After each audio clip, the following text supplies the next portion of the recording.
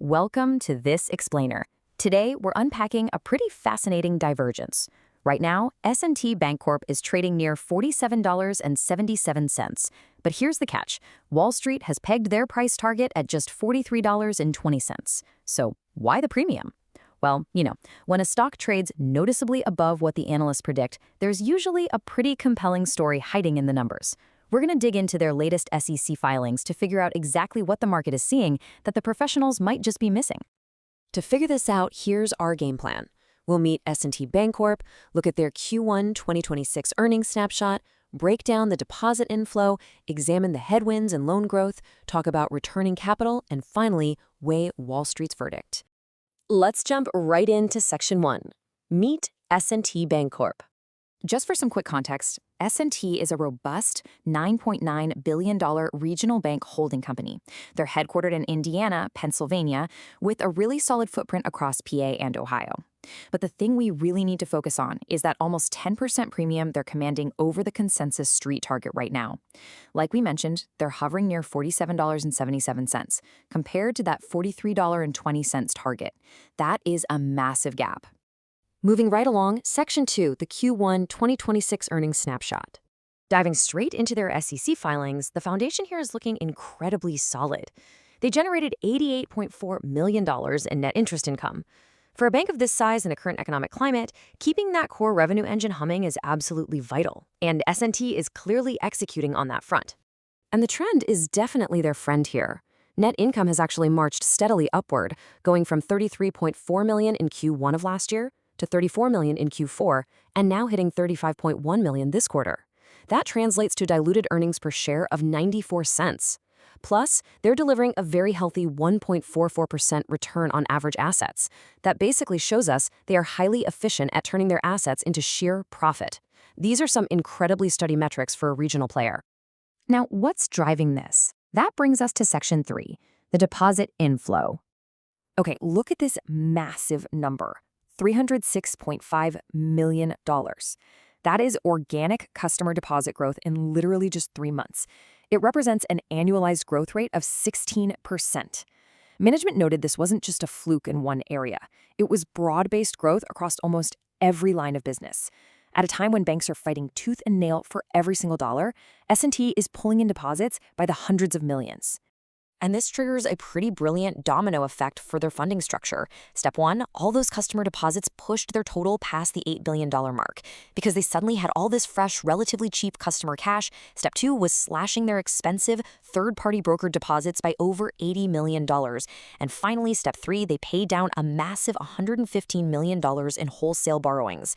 They essentially swapped out expensive rented money for cheap, sticky relationship cash. Honestly, that is a masterclass in balance sheet management.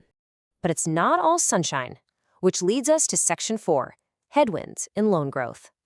In stark contrast to that massive influx of cash, the total loan portfolio actually shrank by $112.6 million compared to the end of 2025.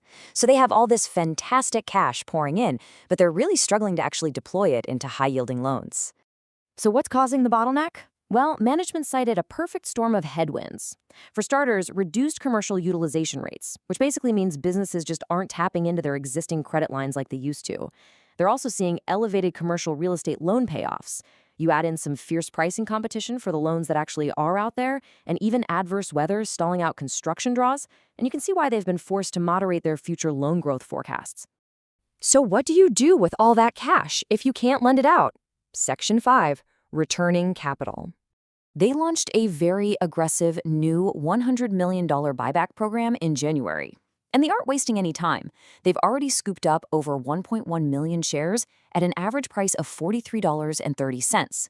That's nearly $50 million spent in just one quarter, leaving them with about $50.4 million in capacity remaining. When a company steps up and buys its own stock this aggressively, it sends a massive signal of confidence to the market.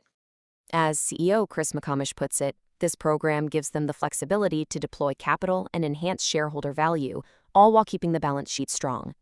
Basically, he views this buyback as a confident, strategic move. By shrinking the total number of shares outstanding, they're artificially boosting their earnings per share and actively rewarding shareholders, totally unbothered by those short-term loan headwinds. So how are the pros interpreting all this. That's Section 6, Wall Street's verdict. If we look at a cross-section of Wall Street analysts, the consensus right now is overwhelmingly cautious. A full 80% are simply saying to hold the stock, only 20% classify it as a strong buy.